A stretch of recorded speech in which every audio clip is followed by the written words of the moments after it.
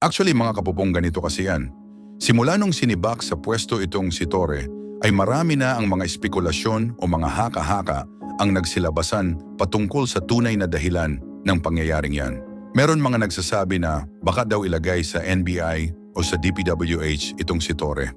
Meron rin mga nagsasabi na diversion tactics lang daw ito ng administrasyon para ilihis ang tunay na mga issues na nangyayari ngayon sa Pilipinas. Actually ganito kasi yan mga kapupong, at please correct me if I'm wrong na lang ha. Sa mga nagsasabing posibleng maging next NBI chief itong si Torre, parang malabo yan dahil ang pagkakaalam ko dapat maging abogado ka muna with certain years of experience bago ka mailagay bilang pinuno ng NBI. Which is hindi naman abogado itong si Torre. Pero anyway, para malinawan kayo sa mga tunay na pangyayari, ganito kasi ang ilan sa mga impormasyon na nakuha natin. Matapos ang biglaang pagbabago sa pamumuno ng pambansang pulisya, maraming senador ang nagbigay ng kani-kanilang pananaw tungkol sa pagkawala sa pwesto ni General Nicolas Torre bilang hepe ng Philippine National Police. Ang pangyayaring ito ay nagdulot ng samut-saring reaksyon mula sa publiko at sa loob ng Senado. Si dating PNP Chief at ngayoy Senador Ronald Bato de la Rosa ay tahasang umamin na nagulat siya sa nangyari. Aniya, nagalit siya sa naging aksyon ni Torre kamakailan, ngunit ngayon ay nakakaramdam din siya ng pagkaawa rito. Para kay De La Rosa, hindi biro ang biglaang pagkawala sa isang mataas na posisyon, lalo na't galing ito sa desisyon ng Malacanang. Sa kanyang pahayag, sinabi niyang, natural lamang na may pananagutan ng isang leader sa kanyang mga hakbang, ngunit hindi rin maitatanggi ang mabigat na sitwasyon na kinahaharap ng sinumang opisyal na biglaang tinatanggalan ng tiwala ng administrasyon. Anyway, mga kapopong, binigyang diin ni dating Senador Ping Lacson na may malinaw na limitasyon ang kapangyarihan ng isang hepe. Ayon sa kanya, kapag lumampas ang isang opisyal sa itinakdang kapangyarihan, nagiging dahilan ito para mawalan ng kumpiyansa ang mga nakatataas. Sa kaso ni Torre, inilarawan ni Lacson na tila nagkaroon ng hakbang na hindi na ayon sa pamantayan. Para sa kanya, ang ganitong pangyayari ay isang paalala na walang sino man ang maaaring kumilos ng lampas sa ibinigay na mandato. Hindi rin nagpahuli ang ibang senador sa kanilang mga saloobin. Ayon kay Senador Jinggoy Estrada, normal lamang sa gobyerno na walang permanente, lalo na sa mga posisyong itinalaga ng Pangulo. Sinabi rin ni Senator J.B. Ejercito na nakasanayan na ng publiko ang madalas na pagbabago ng liderato sa PNP at hindi na ito bago sa kasaysayan ng pulisya. Dagdag pa niya, ang bawat leader ay may kani-kaniyang estilo at pananaw, ngunit sa huli, ang pinakamahalaga ay ang pagpapanatili ng tiwala ng taumbayan. Well, mga kapupong, ikinagulat naman ni Senador Bato ang bilis ng pangyayari. Para sa kanya, masakit na makita ang isang opisyal na nagsisilbi ng tapat, ngunit agad na nawawala sa pwesto dahil lamang sa isang desisyon. Gayunman, idiniin niyang ang ganitong proseso ay bahagi ng sistema at dapat igalang. Sa kabila ng lahat ng ito, naging malinaw sa mga pahayag ng mga senador na ang mga lider ng pambansang pulisya ay nasa ilalim palagi ng masusing pagbabantay at pagsusuri.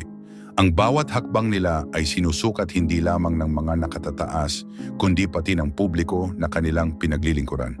Ang mga pangyayari sa pagkawala ni Torre ay nagsisilbing paalala na sa mundo ng politika at serbisyo publiko, walang kasiguraduhan ang pananatili sa posisyon. Ang tiwala ng administrasyon at ng mamamayan ang pinakamahalagang puhunan ng isang leader. Sa gitna ng lahat ng reaksyon, malinaw na nananatili ang aral.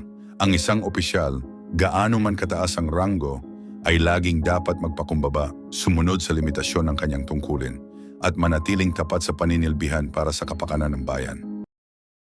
Tahimik ang umaga sa PNP nang biglang magbago ang pamunuan. Naglabas ng formal na abiso si Pangulong Ferdinand Marcos Jr. na tinatanggal sa tungkulin si PNP Chief Nicolas Torre. Hindi siya dumalo sa seremonya ng pagpapasa ng liderato, ngunit nagpadala ng mensahe na tinatanggap niya ang direktiba. Sa loob lamang ng ilang sandali, ang kanyang deputy na si Jose Melencio Nartates Jr. ang umangat at formal na umupo bilang officer in charge. Ayon sa Department of the Interior and Local Government, ang pagbabago ay nag-ugat matapos hindi maisakatuparan ang desisyon ng National Police Commission.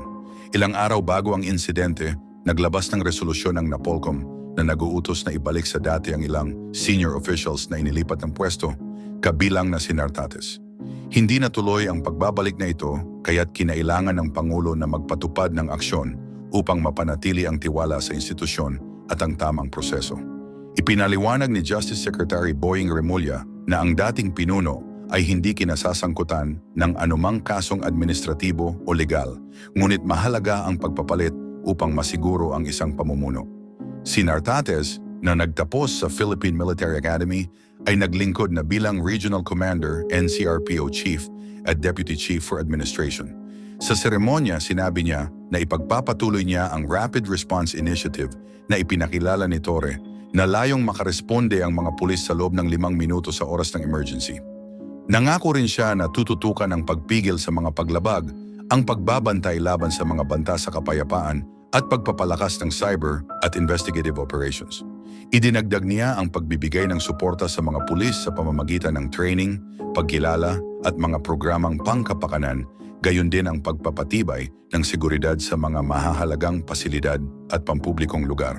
Inatasan din ni Interior Secretary si Nartates na makipagtulungan sa DILG at maglatag ng komprehensibong Community Safety Plan sa loob ng 30 araw. Layunin nito na masiguro ang kaligtasan at kapanatagan ng bawat tao sa kanilang mga pamayanan. Nangako rin si Nartates na paiigtingin ang mga integrity check upang maalis ang sinumang posibleng maging sagabal at upang higit na maitaguyod ang tiwala ng publiko. Sa mga oras na siya ay umupo bilang bagong pinuno, tiniyak ni Nartates na tuloy-tuloy ang operasyon at serbisyo ng pulisya.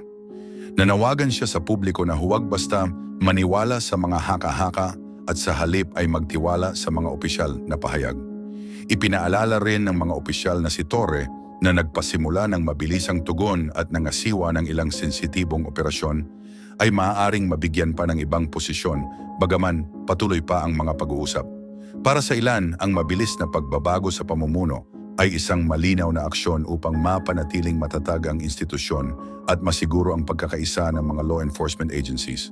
Si Torre ay malapit nang matapos sa kanyang taon ng serbisyo, samantalang si Nartates ay inaasahang magpapatuloy ng direksyon ng organisasyon na may dagdag na estruktura, sigla at panibagong pananaw.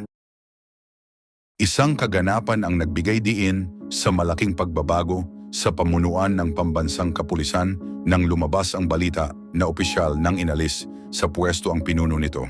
Kinumpirma ng isang opisyal mula sa palasyo ang aksyon kaninang umaga na nagsabing may inilabas na kautusan kahapon.